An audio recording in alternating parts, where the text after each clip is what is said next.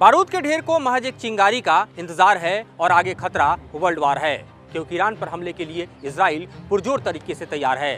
नमस्कार, मैं हूं मधुरेंद्र कुमार और आप देख रहे हैं मेरे साथ रणनीति। और इस वक्त जो खबर निकलकर सामने आ रही है वो अपने आप में दुनिया को दहलाने वाली है, चौंकाने वाली है, ये आगाह करने वाली है कि खतरा कितना बड़ा होने जा रहा है। क्योंकि आईएईए के प्रमुख राफेल ग्रासी ने बतलाया है कि ईरान अपने परमाणु संयंत्रों पर लगातार ताला लगा रहा है ताकि कोई बड़ा खतरा ईरान के ऊपर न मंडराए। क्योंकि इंटेल ये है कि इजराइल अपने हमले की जद में ईरान के खास तौर पे परमाणु संयंत्रों को लेगा, कुछ इस तरह से ईरान के परमाणु संयंत्रों को दहलाएगा जैसा कि 80s में इराक को दहलाया था। और इस तरह से दरअसल इस खतरे को भांपते हुए हम देखें तो आईएईए ने एक बड़ा कदम ये भी उठाया है कि अपने पर्यवेक्षकों को इस तरह के जो एटॉमिक इंस्टॉलेशन है उससे दूर रहने के लिए कहा गया है। इस बीच हड़कंप यूएन के मंच पर भी है। इस बीच देखें तो इजराइल 24 घंटे में 2 वॉर कैबिनेट की बैठक कर चुका है, जिसमें नेतन्याहू ने ईरान पर हमले का जो प्लान है उसको एग्जीक्यूट करने के लिए सेना को आदेश दे दिया है। साथ ही ये भी जानकारी निकलकर सामने आ रही है कि एक बड़ी बैठक जो है वो मिडिल ईस्ट के साथ खास तौर पर आईडीएफ की चल रही है, यानी इजराइल डिफेंस फोर्सेस की चल रही है। क्योंकि जो हमला होगा उसमें 2 तरह के हथियारों का प्रयोग होगा। एक तो इजराइल के जो फाइटर्स हैं F-15, F-16 की बात करें और साथ ही F-35 इनका इस्तेमाल किया जाएगा। और बड़े पैमाने पे कोशिश ये की जाएगी कि F-15 और F-16 जो है वो ईरान के एयर डिफेंस सिस्टम को पूरी तरह से ब्लॉक कर दें और इस बीच F-35 जैसे स्टील फाइटर्स के जरिए जोरदार हमला बोला जाए, जिसकी जद में कुछ और नहीं बल्कि ईरान के एटॉमिक इंस्टॉलेशन ही होंगे।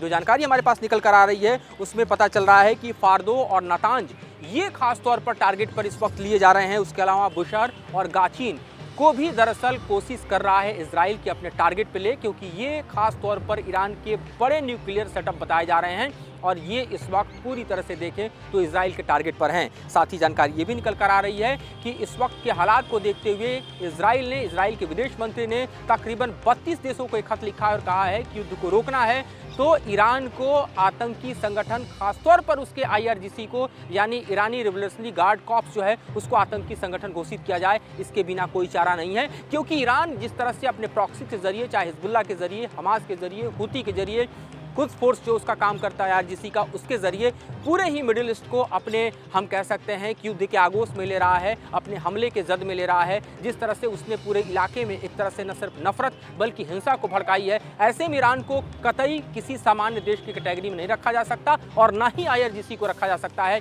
तो इस बारे में एक बड़ी जानकारी निकल कर आ रही है। विदेश मंत्री कार्टेन इस संबंध में ट्वीट भी किया है कि 32 देशों को इजराइल ने खत लिखा है।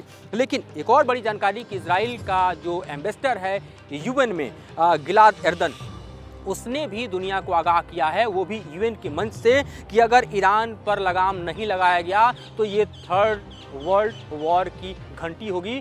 3rd वर्ल्ड वॉर को कोई रोक नहीं पाएगा। तो तमाम फ्रंट से हम देख रहे हैं कि किस तरह से इजराइल जो है वो लगातार आगाह कर रहा है ईरान को। तमाम फ्रंट से हम देख रहे हैं कि किस तरह से इजराइल इस वक्त जो है वो एक्शन में दिखाई दे रहा है और ये सभी फ्रंट से बताने के लिए काफ़ी हैं कि अपने आप में इस वक्त दुनिया के ऊपर सबसे बड़ा खतरा ईरान और इजराइल के युद्ध से होने जा रहा है। अगर हम इजराइल के इतिहास को उठाकर देखें तो इजराइल इससे पहले भी इराक हो या फिर आप देखिए न्यूक्लियर जो प्लान्स हैं ईरान हो, उस पर कई बड़े हमले बोल चुका है। अगर थोड़े से हिस्ट्री की तरफ जाएं हम तो 1981 की बात करें, जब सद्दाम हुसैन इराक को रूल कर रहे थे, उस वक्त ओसीरक परमाणु रिएक्टर पर बड़ा हमला अमेरिका की मनाही के बावजूद, अमेरिका उस वक्त रोक रहा था इजराइल को किस तरह का हमला इराक में होना बोले, बावजूद उसके इजराइल ने इराक में हमला बोला था। सद्दाम हुसैन उस वक्त शासक थे और ओसीरक परमाणु रिएक्टर पर बड़ा हमला इजराइल ने किया था। उसके बाद देखें तो 2018 की घटना है, लगभग 11 साल पहले सीरिया में न्यूक्लियर रिएक्टर पर जिस तरह से इजराइल का हमला था वो भी अपने आप में इतिहास में दर्ज है, वो भी भयावह हमला था।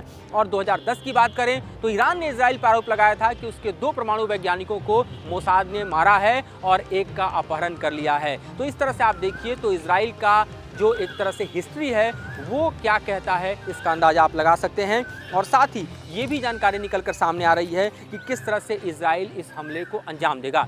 इजराइल के हमले की जो जानकारी आ रही है उसको भी जरा सा हम आपको विस्तार से बताते हैं। इस हमले का जो पूरा स्ट्रेटजिक प्लान तैयार किया गया है उसके मुताबिक जो हमला होगा उसमें F-15 और 16 जैसे विमान एंटर करेंगे, एक पूरा का पूरा लहर क्रिएट करेंगे और साथ ही डीप पेनिट्रेशन करेंगे। इस बीच F-35 जो है वो ट्यूब बॉम्बर और 5000 पाउंडर जैसे बॉम्ब के जरिए ईरान के खासतौर पे जो न्यूक्लियर प्लांट्स हैं उनको हिट करेगा।